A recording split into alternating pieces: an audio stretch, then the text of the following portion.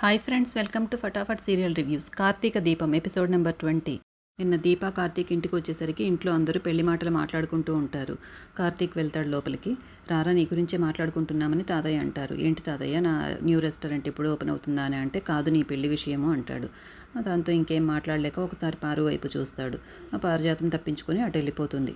సరే అనేసి తను ఇంకేం మాట్లాడకుండా స్టెప్స్ ఎక్కి వెళ్ళిపోతూ ఉంటాడు. అప్పుడు హాయ్ కార్తీక్ అని శౌర్య ఎదురొస్తుంది. అప్పుడు శౌర్యని చూసినప్పుడు వాళ్ళ నాన్నను తను కొట్టినది, వాళ్ళ నాన్న ఇదంతా గుడి దగ్గర జరిగిన సీన్ అంతా గుర్తుకొస్తుంది కార్తీక్. తర్వాత పారిజాతం అవుట్ హౌస్లోకి వెళ్ళి దీప అని గట్టిగా అరుస్తుంది. అటువైపు తిరిగి చూస్తుంది దీప. ఏంటే నీకు ఇంత పొగరు? నా మనవడు ఏమైనా నీకు కార్ డ్రైవర్ అనుకున్నావా? నువ్వు డోర్ తీస్తేనే దిగుతావా అనేసి కోప్పడుతుందనమాట. తనకి డోర్ తీసుకోవడం రాక అలాగే కూర్చుండిపోతుంది. అప్పుడు కార్తీక్ తీస్తాడు. దాన్ని అపార్థం చేసుకుంది. మీరు ఇంతకుముందు కూడా అపార్థం చేసుకున్నారండి నన్ను ఇలాగే అని దీప చెప్పబోతుంది. ఏదో దీపనేమి చెప్పనివ్వకుండా ఇందులో అర్థం కాకపోవడానికి ఏముంది, వాడు డోర్ తీయడం, నువ్వు కారు దిగి రావడం ఏంటిదంతా అని అడుగుతుంది. నాకు డోర్ తీయడం రాకపోతే తను తీశారండి అని చెప్తుంది దీప. అసలు నా మనవడి కారు నిన్నెవరెక్కమన్నారు అని అడుగుతుంది. నేనేమి కావాలని ఎక్కలేదండి అంటుంది. నీ నంగనాచి కబుర్లు నా దగ్గర చెప్పొద్దు, దారిలో వస్తూ ఉంటావు, కారు ఎక్కమని వాడు అడుగుంటాడు ఏదో మాట వరుసకు, నువ్వు ఎక్కేశావు, ఎక్కడానికి నీకు సిగ్గుండాలి కదా అంటుంది. మీరు అనవసరంగా మాట్లాడుతున్నారమ్మా, ఏం జరిగిందో సరిగ్గా తెలుసుకోవాలంటే వెళ్ళి ఆ మనిషిని అడగండి అంటుంది దీప. ఎవరిని అడగాల్సిన అవసరం లేదు, ఎలాంటి వాళ్ళో చూసి చెప్పొచ్చు అంటుంది పారిజాతం. అంతగా నీకు కారెక్కాల్సి వస్తే ముందు సీట్లో కూర్చోవాలి కానీ ఓనర్లాగా వెనక సీట్లో కూర్చోవడం ఏంటి అంటుంది. ఆయన పక్కన కూర్చోవడం మర్యాద కాదని వెనక కూర్చున్నాను అంటుంది దీప. కారు మర్యాద తెలియని నీలాంటిది కారెక్కితే ఇదిగో ఇలాగే ఉంటుంది అని వ్యంగ్యంగా అవమానిస్తున్నట్లుగా మాట్లాడుతుంది పారిజాతం. అయినా తప్పు నా మనవడిదే, కుక్కను సింహాసనం మీద కూర్చోబట్టినంత మాత్రాన బుద్ధెక్కడిపోతుంది అని చాలా అవమానిస్తుంది దీపని. నాలుక ఉంది కదా అని ఇష్టం వచ్చినట్టల్లా తిప్పకండి, నేను చెయ్యి తిప్పాల్సి వస్తుంది అంటుంది దీప. నేనెవరో తెలిసి ఆ మాట అంటున్నావా అంటుంది పారిజాతం. నేను తప్పు చేయకుండా ఎవరి దగ్గర మాట పడనని మీకు తెలియాలనే నేను ఇలా మాట్లాడాను అంటుంది దీప. నా హద్దులు నాకు తెలుసమ్మా, నేను వాటిని దాటను, కానీ ఎవరైనా వాటిని దాటి లోపలికి వస్తే మాటలు కాదు నా చేతులు సమాధానం చెప్తాయి అంటుంది దీప. దెబ్బకు బెదిరిపోతుంది పారిజాతం. కార్తీక్ దీప గురించి వాళ్ళ భర్త గురించి నిజాలు తెలుసుకోవాలనే ఉద్దేశంతో శౌర్యకి ఒక పెద్ద క్యాండీ ఇచ్చి, చిన్నగా మన ఇద్దరం ఫ్రెండ్స్ కదా, మరి ఒకరి గురించి ఒకరు మనం తెలుసుకోవాలి కదా అనేసి తన గురించి అడుగుతాడు.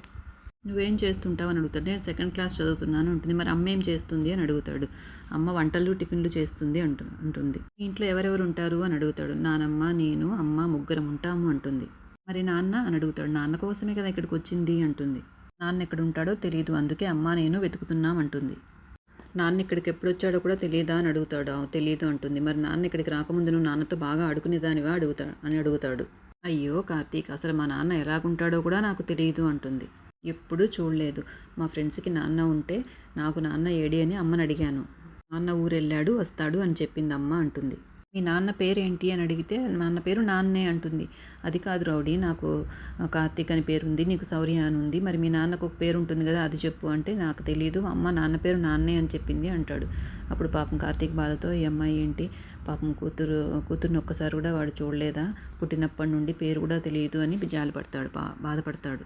మనం ఫ్రెండ్స్ కదా, నాకు మరి హెల్ప్ చేస్తావా, నేను మా అమ్మ ఎంత వెతికినా మా నాన్న మాకు కనపడట్లేదు, నువ్వు మా నాన్నను వెతికి పెడతావా అని అడుగుతుంది. సరే వెతుకుతాను అంటాడు. నువ్వు చాలా మంచివాడివి కార్తీక్, మా నాన్న కూడా నీలాగే ఉంటాడా అంటుంది శౌర్య. అంతలో దీప అక్కడికి వస్తుంది. వాళ్ళిద్దరిని చూసి కోపంగా శౌర్య పద అనేసి చేపట్టుకొని లాక్కెళ్ళిపోతుంది. ఇప్పుడు కార్తీక్ ఇలా అనుకుంటాడు, నా వల్ల నీ జీవితానికి కొంత అన్యాయం జరిగింది అనుకున్నాను దీప, కానీ కాదు, మీకు చాలా అన్యాయమే జరిగిపోయింది అని అనుకుంటాడు. శౌర్యని అవుట్ హౌస్కి తీసుకెళ్లి డోర్ వేసి గట్టిగా అడుగుతుందనమాట. ఎవరితో ఏం మాట్లాడాలో నీకు తెలియదా, ఎందుకు అతన్ని అవన్నీ అడుగుతున్నావు అంటుంది. అసలు నువ్వు ఎందుకు నా మీద కోప్పడుతున్నావమ్మా అని అడుగుతుంది శౌర్య. నేను తప్పు చేశాను అంటుంది. అతన్ని నువ్వు అలా అడగడం తప్పు అంటుంది. అయితే నువ్వే చెప్పు నాన్న ఎలాగుంటారో అని అడుగుతుంది. మీ నాన్న నీలాగే ఉంటాడని చెప్పాను కదా అంటుంది. మరి కార్తీక్ కూడా నాలాగే ఉన్నాడు అంటుంది. కార్తీక్ కూడా చాలా మంచోడమ్మా అంటుంది. ఒకరు మన మీద ఎక్కువ ఇష్టాన్ని చూపిస్తే అది ప్రేమ అని నువ్వు చెప్పావు కదా, నువ్వు నా మీద ఎంత ప్రేమ చూపిస్తున్నావో కార్తీక్ కూడా నా మీద ఎంత ప్రేమ చూపిస్తున్నాడమ్మా అని చెప్తుంది. అయినా అలా నాన్న కూడా నీలాగుంటాడని అడగకూడదమ్మా అంటుంది. ఎందుకు అడగకూడదు, అమ్మ అంటే నీలాగుంటుంది, మరి నాన్న అంటే ఎలా ఉంటాడు నాకు ఎలా తెలుస్తుంది అంటుంది. వాళ్ళందరికీ నేనంటే చాలా ఇష్టం అమ్మా, అమ్మమ్మ నన్ను స్కూల్లో జాయిన్ చేస్తానంది. మన ఊర్లో కంటే పెద్ద స్కూల్ అంట, నేను షూ కూడా వేసుకోవచ్చంట, కానీ నేనేమన్నానో తెలుసా, మా అమ్మ వెళ్ళమంటేనే వెళ్తానన్నాను అని చెప్తుంది. మన ఊర్లో ఉన్నప్పుడు నేనేం చేసినా తప్పు నాకు చిన్నగా చెప్పేదానివి, కానీ ఇక్కడ చిన్నదానికి కూడా చాలా పెద్దగా అరుస్తున్నావు నన్ను అంటుంది. పాపం ఒకరి బాధ ఒకరు తీర్చుకోలేకున్నారు. తర్వాత దీప ఇలా ఆలోచించుకుంటుంది, నేను ఇక్కడే ఉన్నానంటే ఇంకా ఎన్ని జరుగుతాయో, కానీ బయటికి కూడా ఎక్కడా ఉండలేనే ఎలా అని ఆలోచిస్తుంది. ఊరెళ్ళిపోవడమే మంచిది, అత్త అయితే ఏదో ఒకటి చెప్పుకోవచ్చు అని ఊరెళ్ళిపోవడానికి నిర్ణయించుకుంటుంది దీప. విషయం చెప్పడానికి సుమిత్ర దగ్గరికి వస్తుంది. అప్పుడు సుమిత్ర తన కూతురి బర్త్డే రేపు వస్తోందనేసి వంటలు ఎక్కడ చేయించాలని ఆలోచిస్తూ ఉంటారు. అంతలో దీప వచ్చేసరికి, దీప చాలా బాగా చేస్తుందని, నువ్వు చాలా బాగా వంటలు చేస్తావంట కదా, నాకు శౌర్య చెప్పింది.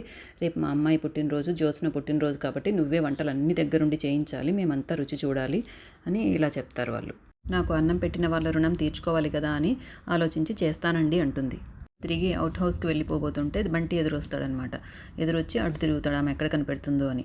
కానీ దీపావన్ని చూసి అడుగుతుంది, నన్ను చూసి నువ్వు ఎందుకు భయపడుతున్నావని. నేనా, ఎందుకు భయపడుతున్నాను, ఏం భయపడట్లేదు అని ఏదో చెప్పించుకొని తప్పించుకొని ఇక్కడే ఉంటే గుడిలో చూసింది గుర్తు చేసుకుంటుందేమో అని బుకాయించి పారిపోతాడు అక్కడ నుండి. ఇంతలో ఎపిసోడ్ అయిపోతుంది. రేపటి ఎపిసోడ్లో ఏం జరుగుతుందో రేపు తెలుసుకుందాం.